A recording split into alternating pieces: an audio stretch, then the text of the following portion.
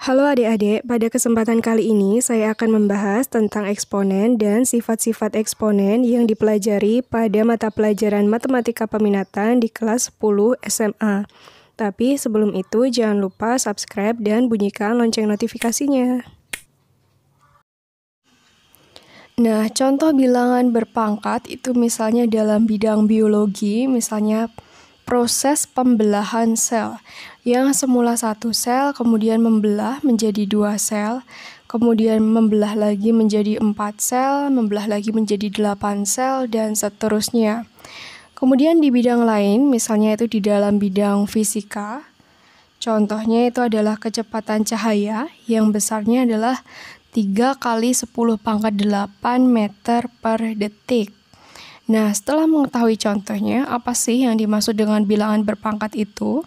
Nah, kita masuk ke pengertian atau definisinya. Jadi, pangkat bulat positif itu definisinya adalah jika A adalah anggota bilangan real dan N adalah bilangan bulat positif, maka A dipangkatkan N itu akan sama dengan A dikalikan A dikalikan A dikalikan dengan A sebanyak N faktor, di mana A itu bisa kita sebut sebagai bilangan pokok atau basis dan N itu adalah pangkatnya. Nah, jadi ini definisinya. Kemudian kita masuk ke contoh soalnya. Tentukan nilai dari bilangan pangkat berikut ini. Di sini ada 4 pangkat 3, maka bilangan pokok atau basisnya adalah 4, kemudian pangkatnya adalah 3. Jadi 4 pangkat 3 ini sesuai definisinya, ini akan sama dengan 4 dikalikan dengan 4 dikalikan dengan 4 sebanyak 3 kali. 4 kali 4 kali 4 hasilnya akan sama dengan 64. Oke, bisa ya. Kemudian kita masuk ke contoh berikutnya. Sederhanakan bentuk perkalian berikut. Nah, di sini ada B dikalikan B dikalikan B dikalikan dengan B. Nah, jadi B di sini sebagai bilangan pokok atau basisnya. Nah, di sini B dikalikan sebanyak 4 kali, maka pangkatnya adalah 4. Jadi basisnya itu adalah B, pangkatnya 4. Jadi B pangkat 4. Oke, setelah mengetahui definisi atau pengertiannya, kita masuk ke sifat-sifat pangkat atau sifat-sifat eksponen. Nah, di sini ada banyak sifatnya. Untuk yang pertama, sifat pertama itu adalah jika ada A pangkat M dikalikan dengan A dipangkatkan N, ini hasilnya akan sama dengan A dipangkatkan dengan M plus N. Nah, jadi di sini kalau ada bilangan berpangkat dikalikan dengan basisnya itu sama, maka itu hasilnya akan sama dengan bilangan pokok atau basis itu dipangkatkan dengan penjumlahan pangkatnya. Nah, contohnya seperti ini. Sederhanakan bentuk pangkat berikut ini. 2 pangkat 3 dikalikan dengan 2 pangkat 5, di sini akan sama dengan, jadi bilangan pokok atau basisnya itu udah sama, yaitu 2. Kemudian pangkatnya tinggal kita jumlahkan saja, 3 ditambah 5, 8 ya, berarti ini akan sama dengan 2 pangkat 8. Oke, seperti itu.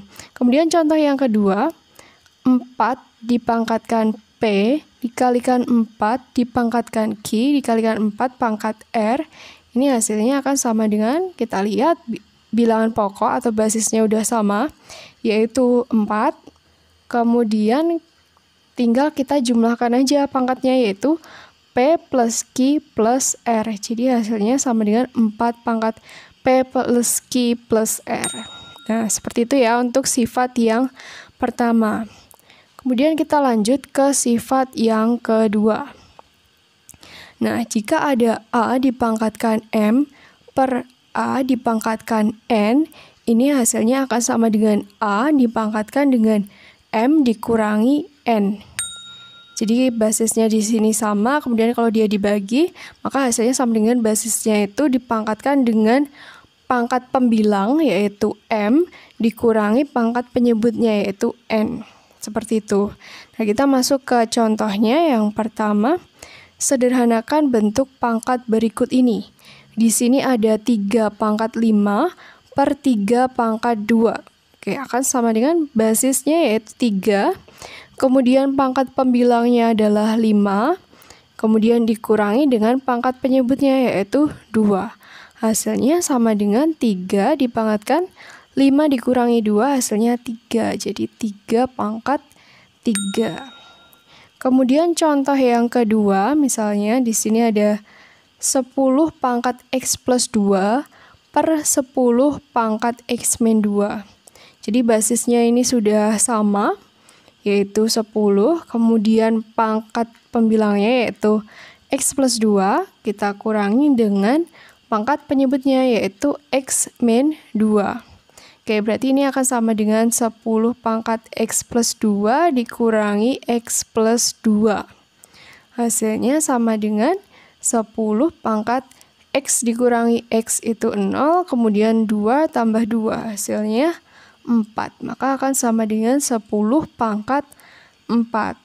Oke, seperti itu. Lanjut lagi ke contoh yang ketiga.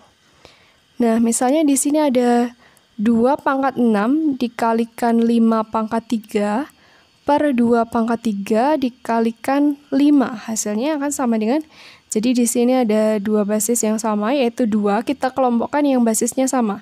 Yang pertama untuk basisnya 2 yaitu 2.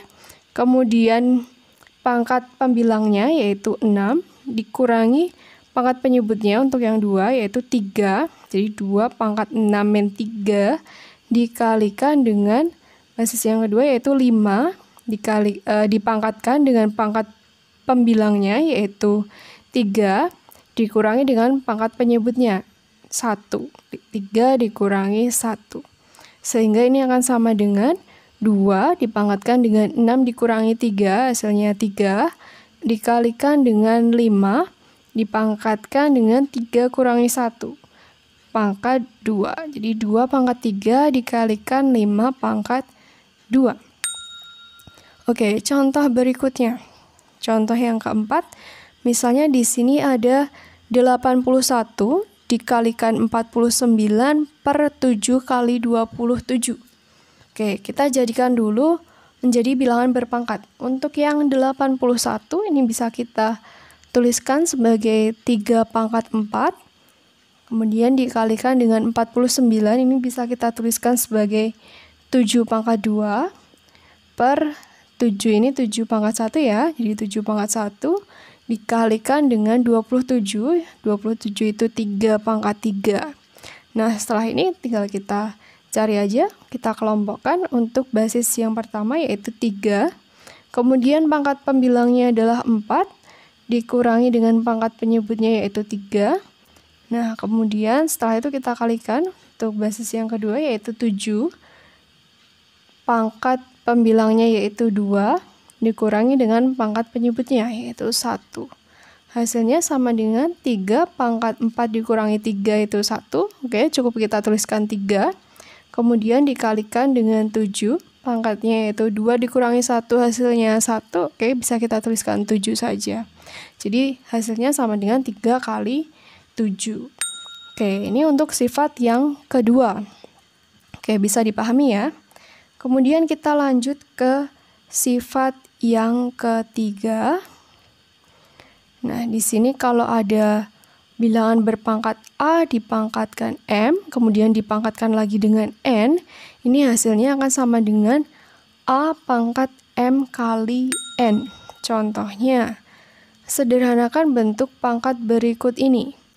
Di sini ada 6 pangkat 4 dipangkatkan lagi dengan 2. Maka hasilnya akan sama dengan 6 dipangkatkan dengan 4 kali 2. Hasilnya sama dengan 6 pangkat 4 kali 2 yaitu 8. 6 pangkat 8. Oke, bisa ya. Kemudian contoh yang kedua, misalnya di sini ada P pangkat 2 dipangkatkan lagi dengan X plus 1. Maka hasilnya akan sama dengan P pangkat 2 dikalikan dengan X plus 1. Tinggal kita kalikan aja pangkatnya, berarti akan sama dengan P pangkat 2 kali X yaitu 2X ditambah 2 kali 1 hasilnya 2. Jadi hasilnya sama dengan P pangkat 2X plus 2. Nah, mudah ya, ini untuk sifat yang ketiga. Kemudian kita lanjut ke sifat yang keempat. Kalau ada A kali B pangkat M, ini akan sama dengan A pangkat M dikalikan dengan B pangkat M. Oke, contohnya misalnya 5 dikali 3 pangkat 2, ini akan sama dengan 5 pangkat 2 dikalikan dengan 3 pangkat 2, seperti ini. Kemudian contoh yang kedua, 2X pangkat 2, Y pangkat 3 dipangkatkan lagi dengan 3, maka hasilnya akan sama dengan kita pangkatkan satu-satu. Yang pertama untuk 2 berarti 2 pangkat 3 dikalikan dengan X pangkat 2 dipangkatkan 3 lagi. Kemudian yang terakhir yaitu dikalikan Y pangkat 3 dipangkatkan 3. Berarti ini akan sama dengan 2 pangkat 3.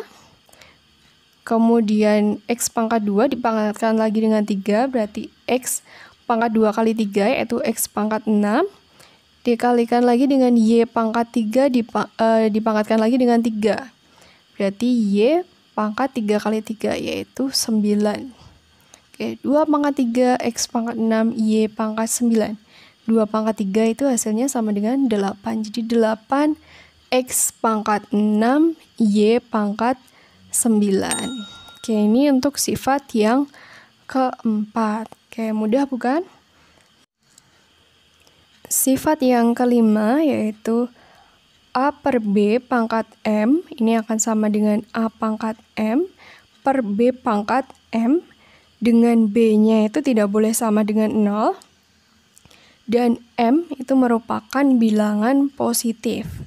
Contohnya, kalau ada 2 per 3 pangkat 5, ini hasilnya akan sama dengan 2 pangkat 5 per 3 pangkat 5. Oke, gampang ya? Nah, itu tadi pembahasan tentang eksponen dan sifat-sifat eksponen. Di video berikutnya, saya akan membahas tentang pangkat bulat negatif dan pangkat 0. Untuk itu, adik-adik jangan lupa subscribe supaya tidak ketinggalan video berikutnya ya. Terima kasih.